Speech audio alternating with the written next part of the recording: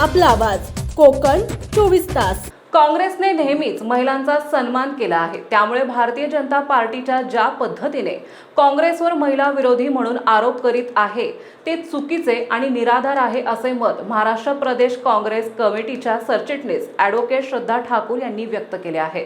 अखिल भारतीय काँग्रेस कमिटीच्या आदेशानुसार त्याचबरोबर महाराष्ट्र प्रदेश काँग्रेस कमिटीच्या आदेशानुसार आज रत्नागिरी जिल्ह्यामध्ये पत्रकार परिषदेचं आयोजित करण्यात आलेलं आहे। पत्रकार परिषद आयोजित करण्याचा विषय आहे की आपल्या सगळ्यांना माहितीच असेल की 2 दिवसापासून जे भाजपवाल्यांनी एक असा नारा द्यायला सुरुवात केलेला आहे की काँग्रेस हा महिला विरोधी पक्ष आहे किंवा महिला आरक्षणाला विरोध करत आहे। तर त्या दृष्टीने काँग्रेस पक्षाची काय भूमिका आहे महिला आरक्षणाबाबत हे मांडण्यासाठी या ठिकाणी ही पत्रकार परिषद आयोजित केलेली आहे।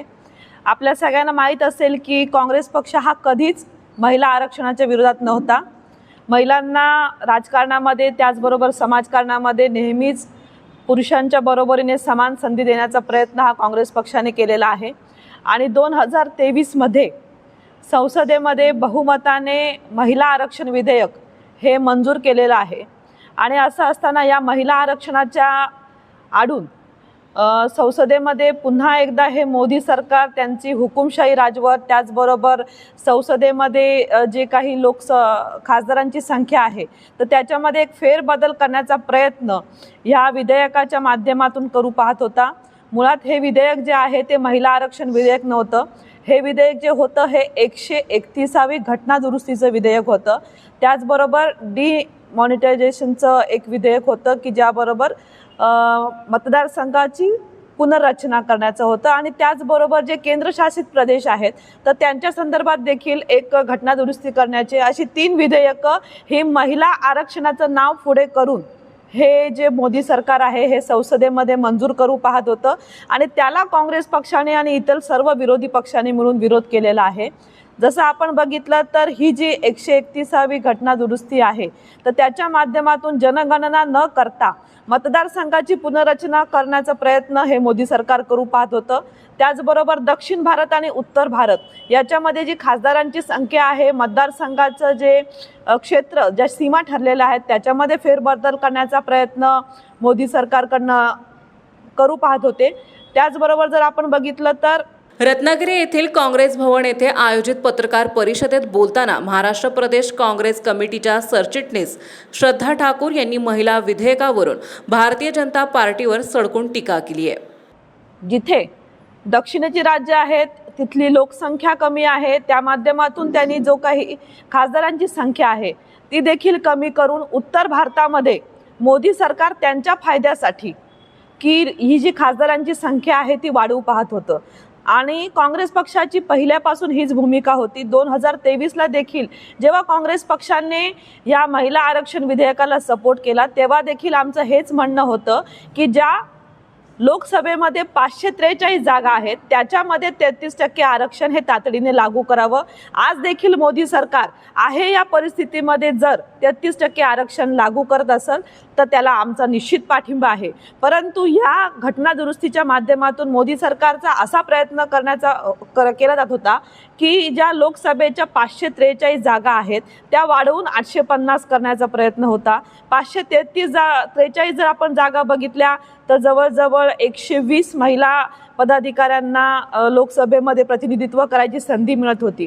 सध्याच्या काळामध्ये आपण बघितलं तर 74 महिला खासदार ह्या संसदेमध्ये काम करत आहेत। ही संख्या समजा अजून 100ने वाढली असती, परंतु जर ही 850 जर केली तर या ठिकाणी महिलांना जवळजवळ 230 महिलांना आरक्षित सीट होतील आणि या आरक्षणामध्ये 570 या पुरुष आरक्षणाच्या ज्या जागा आहेत, ज्या खुल्या जागा आहेत त्या वाढल्या जातील।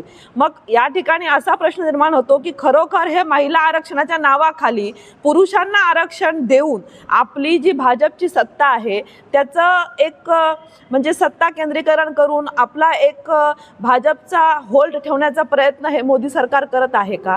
तर ह्यावरून या सगळ्या गोष्टी स्पष्ट झालेल्या असल्यामुळे आणि कुठलीही जनगणना न करता या पद्धतीने चुकीच्या पद्धतीने या प्रकारची जी अंमलबजावणी करण्याचा मोदी सरकार प्रयत्न करत होता त्याला ह्या संसदेतल्या खासदारांनी विरोध केलेला आहे आणि ते जे विधेयक आहे ते नामंजूर झालेलं आहे. महिला जे आरक्षण विधेयक आहे ते सप्टेंबर 2023लाच मंजूर झालेलं आहे.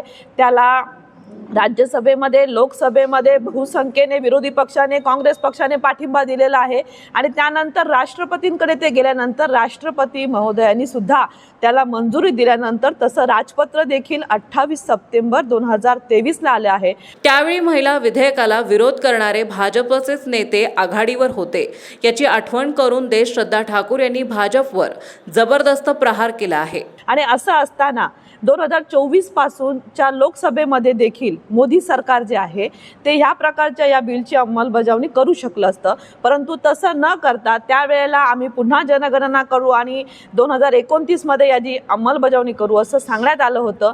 परंतु तसं न करता 3 वर्षानंतर ज्या 5 राज्यांच्या निवडणुका अचानकपणे लागलेल्या आहेत तर त्या धर्तीवरती मोदी सरकारला कुठेतरी त्याचा फायदा देखील त्यांना भाजपला घेता यावा याकरता त्यांनी हा सर्व घातलेला घात होता या ठिकाणी असं मला आवर्जून सांगावं असं वाटतं. कारण पश्चिम बंगाल आणि आसामच्या राज्यांच्या निवडणुका आहेत आणि या धर्तीवरती अचानकपणे हे संसदेचं तातडीचं अधिवेशन बोलून या ठिकाणी चर्चा केली गेली आणि मुळात महिला आरक्षण नसताना देखील देशभरातील माझ्या महिला भगिनींचं एक लक्ष विचलित करण्याचा प्रयत्न आणि विरोधी पक्ष हा काँग्रेसच्या विरोधात आहे असं भासवण्याचा प्रयत्न मोदी सरकारकडनं केला गेला. मुळात या ठिकाणी मला सांगावंसं वाटतं की जेव्हा राजीवजी गांधी हे पंतप्रधान होते त्यावेळेला त्यांनी 64व्या घटना दुरुस्तीने मुळात सर्वप्रथम स्थानिक स्वराज्य संस्थांमध्ये महिलांना 33% आरक्षण देण्यासाठी प्रयत्न केले होते. त्यावेळेला त्यांना विरोध करणारे हे भाजपचेच लोक होते. त्यानंतर जेव्हा नरसिंहराव पंतप्रधान होते त्यावेळेला 73व्या आणि 74व्या घटना दुरुस्ती करून स्थानिक स्वराज्य संस्थांमध्ये महिलांना 33% आरक्षण देण्यात आलं.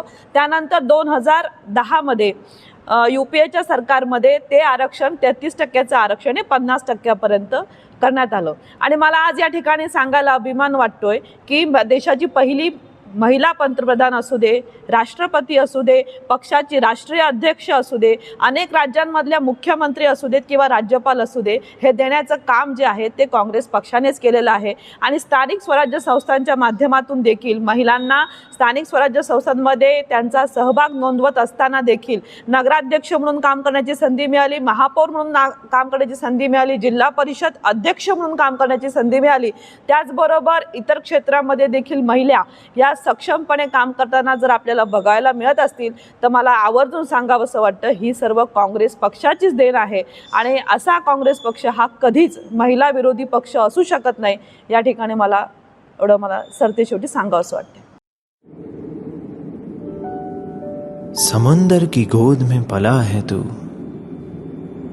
अंगड़ाई लेते ही लहरें शुरू, आज यौवन की मस्ती छोड़, ले चलता हूं तुझे एक नए मोड़, आजा तुझे माँ पुकारे अब, छेड़ देते हैं बीच से कुछ शरारत हंसी, गले लगा ले उसे ए फकीर, इंतजार कर रहा है तेरा तो, चल दे देते हैं उसे फसल की खूबसूरती तो, आजा तुझे माँ पुकारे अब, उन्हें भी देनी है एक नई पहचान, आजा तुझे माँ पुकारे अब.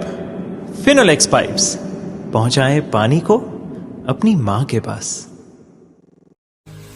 महाराष्ट्रातील तसेच कोकणातील महत्त्वाच्या बातम्या पाहण्यासाठी कोकण 24 तास न्यूज चॅनलला YouTube वर सबस्क्राईब करा आणि बेल आयकॉन प्रेस करा.